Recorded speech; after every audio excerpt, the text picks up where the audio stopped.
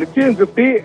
அக்னி நட்சத்திரம் வெயிலானது வாட்டி வதைக்கும் என கூறப்பட்ட நிலையில் சென்னை சுற்று வட்டார பகுதிகளில் பலத்த காற்றுடன் கருமேகம் சூழ்ந்து குளிர்ச்சியான சூழல் நிலவி வருகிறது.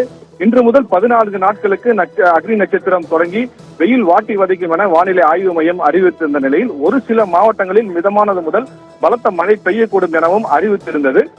இந்நிலையில் சென்னை மற்றும் அதாவது காலை முதல் வெயிலின் தாக்கம் அதிகமாக காணப்பட்டது. இதன் காரணமாக பல சாலைகள் வெறிச்சோடி காணப்பட்டது.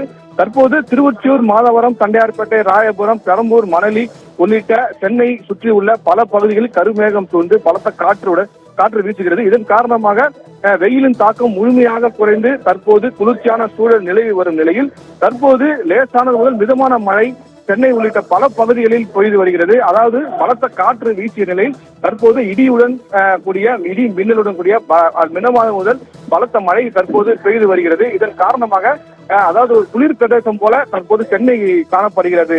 கிப்டி.